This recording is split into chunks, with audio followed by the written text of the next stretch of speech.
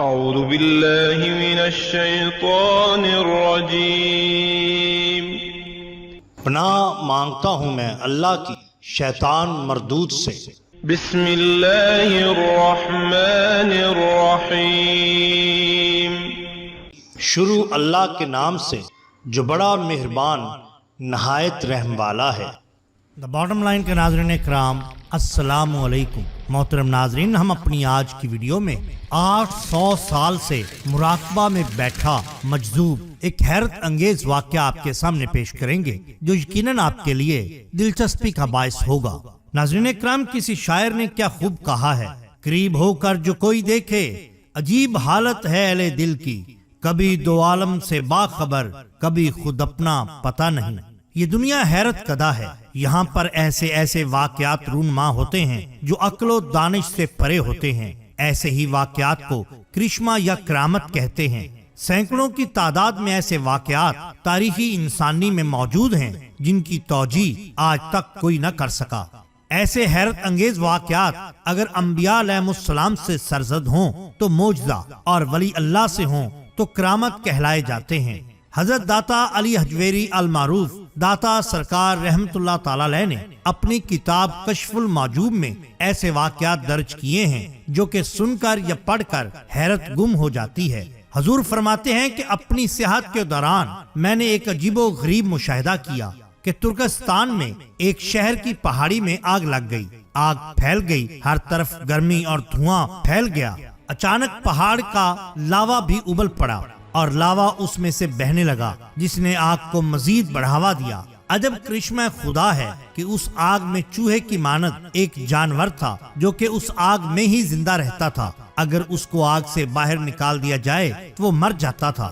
حضور داتا سرکار نے کشف المعجوب میں ایک اور واقعہ بھی درج کیا ہے۔ حضور داتا صاحب فرماتے ہیں کہ میں نے ہندوستان میں ایک زہر کے اندر کیڑے کو دیکھا۔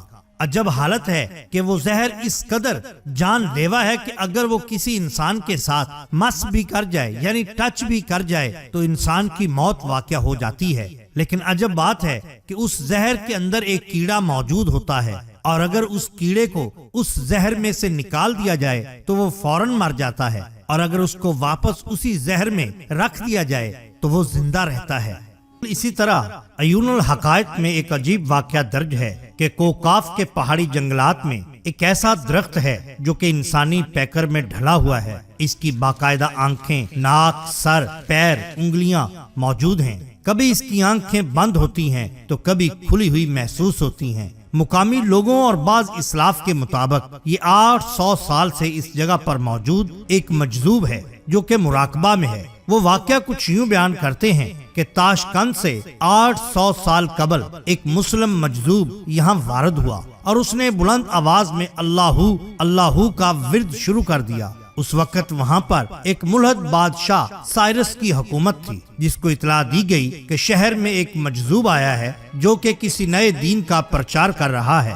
اگر اس کو فوری نہ روکا گیا تو نیا دین علاقہ میں پھیل سکتا ہے، جس کے بعد بغاوت کا اندیشہ ہے۔ اس پر شاہی فوج نے مجذوب کو گرفتار کر کے بادشاہ کے حضور پیش کر دیا۔ بادشاہ جو بھی سوال کرتا جواب میں مجذوب اللہ اللہ کا نعرہ لگاتا۔ بادشاہ نے اس درویش کو پاگل جان کر شہر سے باہر نکال دیا اور حکم دیا کہ اگر یہ دوبارہ شہر میں داخل ہوا تو اس کا قتل کر دیا جائے۔ مجذوب شہر سے نکل کر اس دور افتادہ علاقہ میں جنگلات میں گھرے پہاڑ پر مراقبہ زن ہو گیا اور اسی حالت میں اس کی موت واقع ہو گئی، مگر وہ اسی مراقبہ کی حالت میں آج بھی موجود ہے، جس کی ہڈیاں سوکھ گئیں اور اس پر جنگلی گھاس اگائی۔ مگر ہر سال اس عجب ڈھانچہ میں کچھ تبدیلی نظر آتی ہے، کبھی یہ آنکھیں بند کیے اور کبھی کھولے ہوئے محسوس ہوتا ہے، اور جب ہوا اس میں سے گزرتی ہے تو اللہ اللہ کی صدا بلند ہوتی ہے۔ مگر جدید ملحد بے دین لوگ کہتے ہیں کہ یہ کوئی مجذوب نہیں بلکہ قدرتی طور پر شاخیں اس طرح کٹ پھٹ گئی ہیں جو کہ انسانی پیکر کی مانند لگنے لگی ہیں، اور تیز ہوا کے گزرنے سے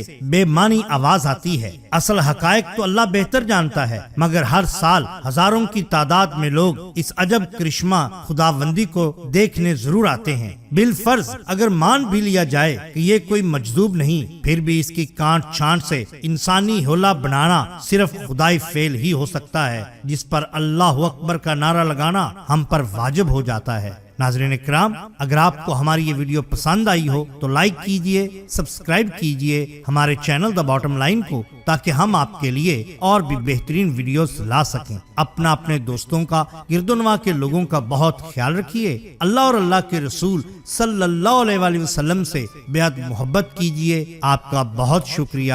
اللہ حافظ۔